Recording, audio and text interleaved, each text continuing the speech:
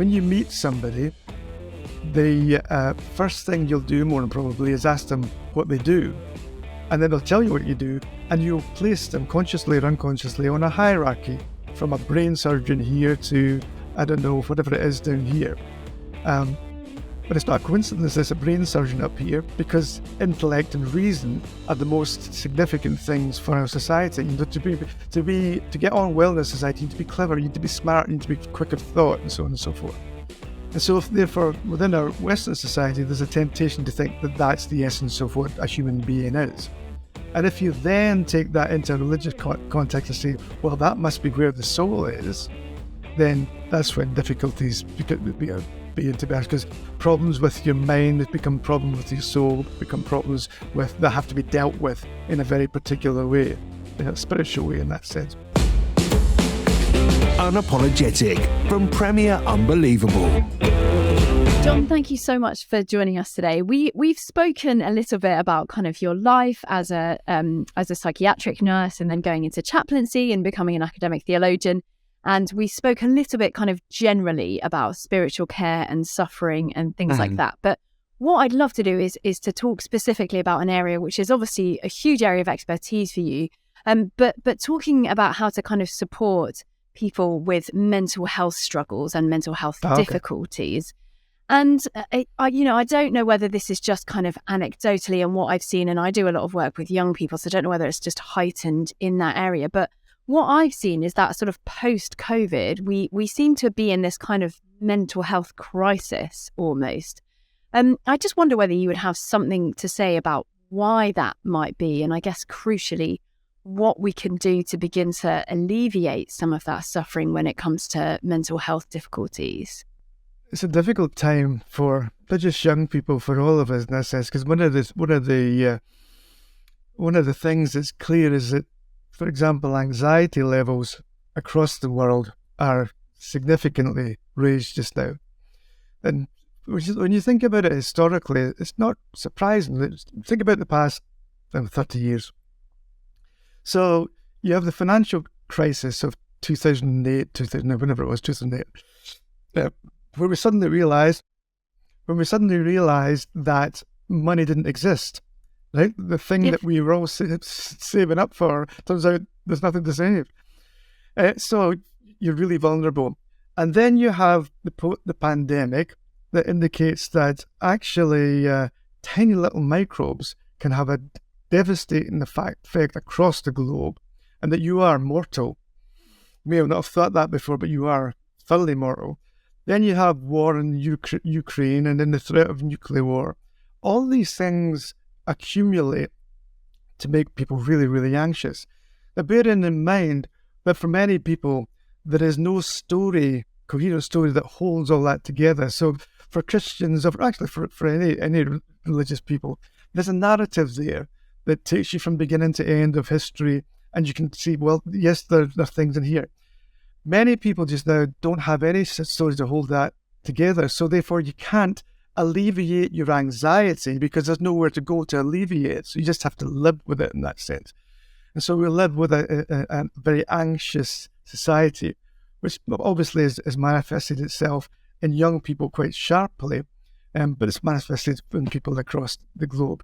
So I think there's a kind of global mental health challenge that we're living through just now that's caused by a variety of different things, but that you and I are seeing the consequences of. In relation specifically to the pandemic, well, if you're going to, human beings are made in the image of God, and we're relational creatures, meant to be with one another, meant to be with God. If you're going to lock people up, now I say that slightly polemically, but if you're going to take people away from the social circles, social networks for extended periods of time, that's going to damage it. Yeah. Because you become who you are through your relationships. I read somewhere the other day that something like 30% of who you are cognitively and neurologically is kind of built into you, but 70% comes as you interact with other people. So it's only, for example, it's only as you talk with people that part of your brain, which is designed to help to facilitate to process speech comes into action. If nobody talks to you, then that'll never come into action. And so if you isolate people for extended periods of time, your brain begins to close down a bit. If you don't use it, you lose it. It's a general principle with the way that the brain works. And so if you're not relating with people regularly over an extended period of time, then it becomes not just psychologically, but also neurological difficult and damaging. So I think that all of these things feed into the reasons why we're now beginning to see difficulties. So how can the church with a capital C or Christian communities respond to this? What should our response be? If you look at the research literature, it's very clear that going to church can be good for your health, good for your mental health. So it'll protect you from anxiety, it can protect you from depression. And so there's a good, strong correlation there. The problem is that people don't go to church very often. So therefore you can have a lovely community that in principle is health bringing, but you have to get people to go along there. So I think that one thing the church can do is be the church. By that I mean, if the church is the community of the friends of Jesus, where you are there because you love one another, love your neighbour, love yourself, love God. If you have a community that actually embodies that becomes, in the current climate, a countercultural community and a safe place, if you like, where people can begin to develop the kinds of relationships that will be protective, that don't cure you, but will be protective from some of the excesses that come with alienation, isolation. So I think if the church can actually become the kind of community that it claims to be, then that's a beginning point. Because it doesn't have to be a therapeutic community. It doesn't have to do anything. It's a bit like a catalyst. A catalyst only changes things by being what it is. If it stops being what it is, it doesn't change anything at all. And so I think that's what the church needs to do, is to be itself. Now, many people wouldn't necessarily have a problem seeking medical help for a physical injury, but there often does still seem to be a bit of a stigma around mental health struggles. I mean, why do you think this is? And I don't know whether you've seen this, and I guess sometimes particularly in the Black community, this seems to be a bit of a struggle, or in particular Christian communities.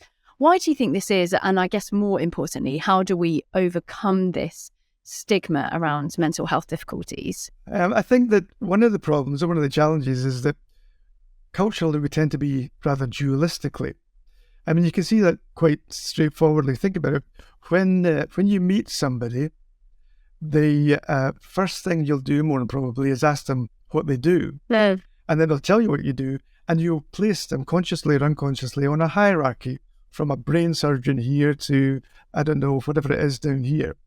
But it's not a coincidence there's a brain surgeon up here, because intellect and reason are the most significant things for our society. To get on well in a society, you need to be clever, you need to be smart, you need to be quick of thought, and so on and so forth. And so therefore, within our Western society, there's a temptation to think that that's the essence of what a human being is.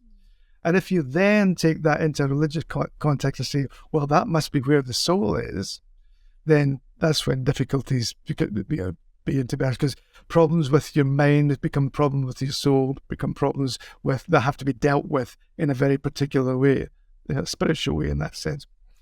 Whereas in fact, many mental health challenges that are simply caused by biological dysfunction, the same way as if you broke a leg, you get it fixed.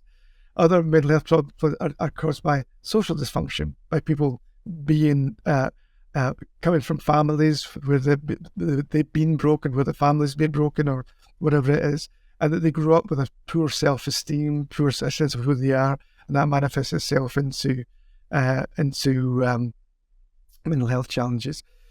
So I think the first thing that the church needs to do is to recognise that if you look at Scripture, that kind of dualism isn't really there. So the Genesis account of creation, God creates Adam, picks up some dust, blows his spirit into Adam, and Adam becomes a human being. Adam doesn't become a brain, he becomes a human being. And so the first picture that we get of human beings is a whole human being, they're held together, inspired by God's spirit. So There's no fragmentation in there. And that the Hebrews never thought about that as a fragmentation of body, mind, and soul in the way that we sometimes do. And so what happens in your body impacts upon your soul and so on and so forth. So if we take that as a beginning point, as a biblical beginning point, you can begin to see, yes, you may have something wrong with your mind in that sense, but it's not any different really from something that was wrong in your body. Both need to be helped. God gives us expertise in relation to physical and psychological health. We should use that as part of God's healing purposes and redemptive purposes for the world. So breaking down that dualism is a beginning point for opening up space for non-stigmatized ways of thinking about how we respond to mental health challenges. Now, I suppose many Christian leaders would be pastorally caring for people who are going through a difficult time or experiencing mental health struggles. And presumably a large number of these leaders don't have a medical background like you, nor would they probably have a counselling background. Do you think this is an issue when they're dealing with potentially quite vulnerable people? Yes, but only if we're not clear as to what our role is within the situation. If you think about it this way, there's two different ways, and well, there's many different ways we could think about health, but think about this in relation to mental health. So you have a medical way of thinking about it that focuses in on particular illnesses or conditions. So it's schizophrenia, bipolar disorder, whatever, and tries as best they can to deal with symptoms and to minimize symptoms or to eradicate symptoms. So that we call that the medical model, if you like. Nothing wrong with that. That's a good thing. But when you think about the idea of health as the absence of illness, there's no similar term for health in Scripture that biomedical model of health. The closest term is the term shalom, which at one level means peace, because we've all used it to some extent, maybe as I created it, but it's a big piece. But another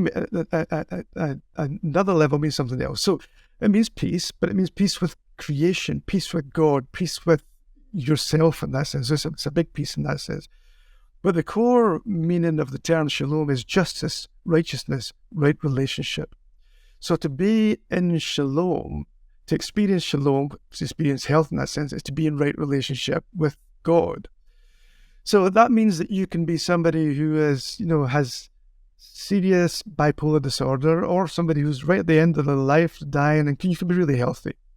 And you can be an Olympian that's standing on the pedestal with his or her medals, and you can be really unhealthy.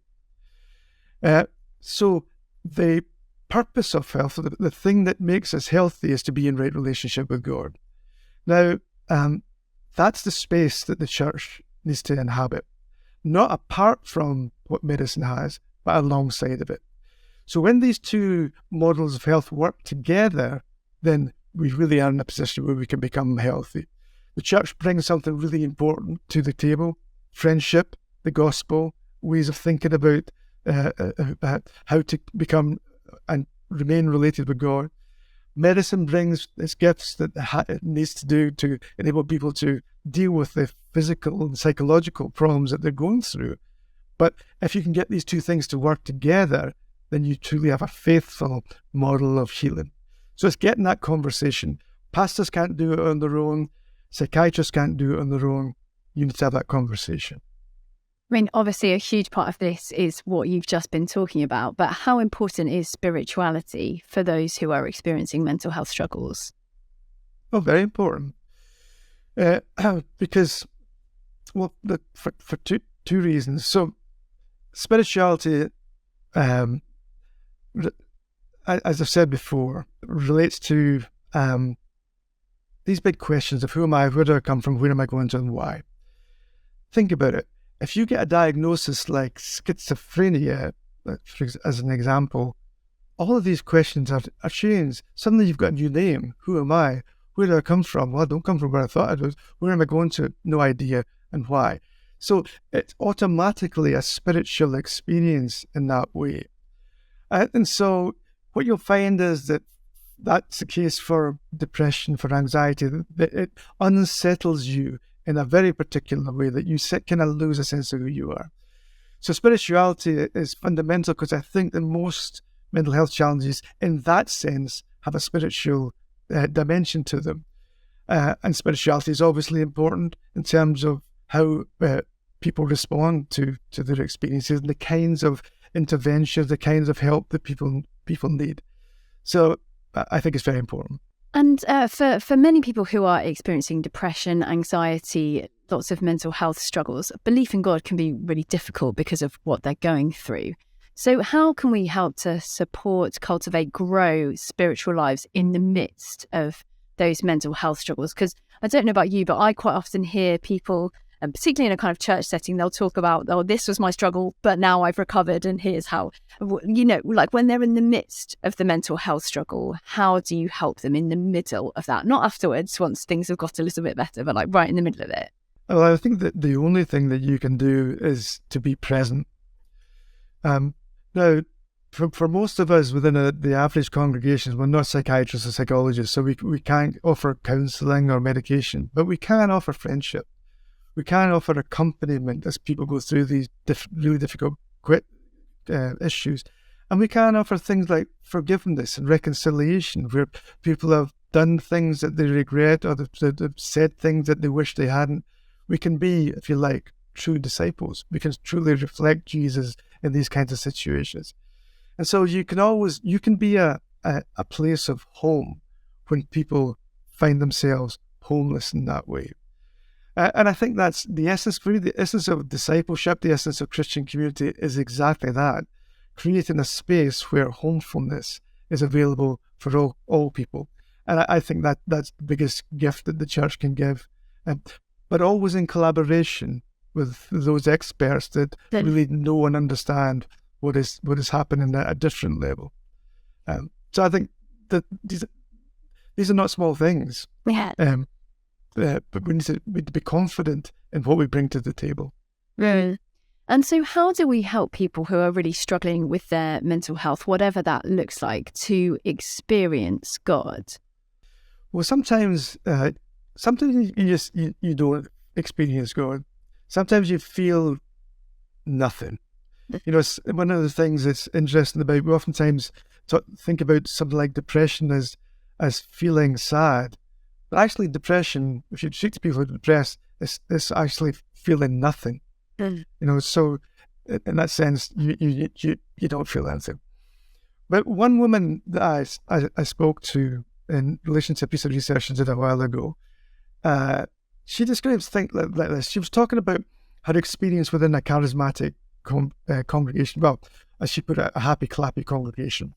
And she was saying how she felt absolutely miserable in the midst of this, and everybody else was happy, and she was delighted. They were delighted, and they were jumping about, and she just says, "I felt terrible." And she said sometimes the worship leader would sing some lamentation, and she said that she liked that because she could identify with that. And there's more psalms of lament in the Bible than any other kind of psalms, so there's something very much important to be learned there. But this is what's important. She said, I didn't want other people not to be happy. I just wanted them to recognize that there's space for me. And I wanted them to hold that space for me until I could pick up again. And I thought that was a really beautiful, if you like, metaphor of the body of Christ. I can't feel that just now, but you can hold it for me until that time when I can pick it up again myself. And I think that's what we can do. We can hold these things for one another. I think that's what Paul means. But when we all have different gifts, different experiences within the body of Christ, which means that when you're happy and I'm not happy, just hold that. I'm coming for that. When you're depressed and I'm not depressed, well, hold that. I'm coming for that. And if we get that sense of, rather than pointing fingers at one another and saying, well, it's probably the reason why you're depressed. It's because you're not praying hard enough or you're not reading enough. Say, okay, that's how you feel. I'll hold this just now. You've spoken a little bit about sort of the image of God being about sort of being in right relationship with people and with God. But I guess there might be a sense that when people talk about the image of God, they think of kind of wholeness of body and mind, whatever that means to them. So what does like us being made in the image of God mean for those of us who have a physical or mental health struggle, do you think? Well, the image of God is, it doesn't relate so much to what we have or what we are, it relates to who we are before God. And so, I mean, one of the ways in which historically the image of God has been described is as intellect and reason. Right. So God is a God who is filled with intellect and reason, so therefore human beings must be. But of course, as soon as you use that as a criterion, anybody with brain damage, anybody who no longer has intellect and reason in that sense, is no longer in the image. Or worse than that, somebody who's a genius is more in the image of God than somebody who's not the genius. And so it's complicated. But if the image of God is relationality, then it's not to do with our physical or psychological state. It's simply to do with those things that we reflect of God. And what we reflect of God is love, is joy, is peacefulness, is relatedness, a desire to reach out beyond ourselves, to love our neighbour, love ourselves, love God, and that's it. So that's why I think that way of framing the image of God makes perfect sense, because it means that your physical and psychological sense is not your defining character. Jesus is your defining character. Are those things harder to do, do you think, when you're experiencing a mental health difficulty? Holding on to your faith. Well, yeah, and emitting some of those love and fruitfulness and all of that. The things that you kind of listed off there, are some of those things more difficult to cultivate when you're in a really dark place? Oh, absolutely. But they're more difficult to cultivate for you and I on a Monday morning sometimes. Yeah. So it's not something that's unique to people with mental health challenges to be able not to be able to feel and experience the gifts of the spirits in the way that we would like to. But yes, certainly, if you're going through the depths of depression, then it's very difficult to identify with or to experience these kinds of fruits of the spirit in all their fullness. But as I say, that's simply a magnification of the way all of us are at some point or another. So it doesn't make somebody profoundly more sinful or lost. It just means that it's just an exacerbation of the human condition, if you like. John, you've spoken quite a lot and written a bit about people hearing voices. Is there a way that we can kind of differentiate between people hearing voices in a way that might suggest that they perhaps need medical help and then hearing the voice of God, whatever that kind of means within your tradition? Well, I mean, Christians claim to hear the voice of God all the time, so therefore there's that in itself is not necessarily something that is pathological. And one of the interesting things about voice hearing is that there's a significant percentage of the non-psychiatric population that hear voices, something depending on what study you look at, something between 3% or sometimes 18%. So hearing voices in and of itself isn't an unusual thing. Jesus heard voices, Churchill heard voices, Gandhi heard voices, lots of people, Martin Luther King. So that phenomenon of hearing voices isn't particularly unusual. It becomes problematic when it causes you distress, and sometimes when it causes distress to other people in that sense. And so in relation to the distress that's caused by voices, that would be something for the individual and the professional to work out. And so that would be their task to work out how helpful or unhelpful voices may be. But what I would say is that all religious experiences is religious experience. So if somebody has an experience of God when they're going through an episode of bipolar disorder, for example, a kind of elevated mood, the temptation to say, oh, that must just be the condition, in which case you write off that experience altogether. But actually, that's probably not the best way to think about it. It may be that this is not a real experience, but it may be that it is. And one of the things I think that we need to consider in relation to hearing voices, but also in relation to religious experience in the midst of complex mental health challenges, is whether they have enduring goodness. So when you sit down with somebody after they've had an acute episode and talk about the experience they've had, whether that has been transformative, whether remains important, whether it has endurance in relation to their Christian life, then that's the key as to whether it's real, true or not. If it doesn't, then it probably was something that just happened. These things happen to all of us sometimes. But if it has, then you don't want to be losing the endurance of the message that person has received in that particular situation.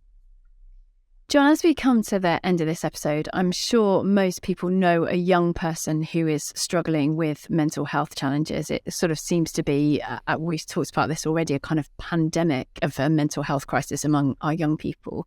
Are there specific ways that we can be supporting young people who we know are encountering these challenges? Non-judgmental listening is a key thing. Keep the lines of communication open, and even if somebody is articulating things you don't agree with, don't make judgments. Really listen carefully. Make sure that conversation is heard and seen to be heard, I think is the most important thing. The second thing was if you find yourself in difficulties with a particular situation, seek professional help, professional advice. Don't try to go it alone, because otherwise all that will happen is you'll get ill as well. So these two things, listen carefully, keep lines of communication open, and seek help as soon as you think it's necessary.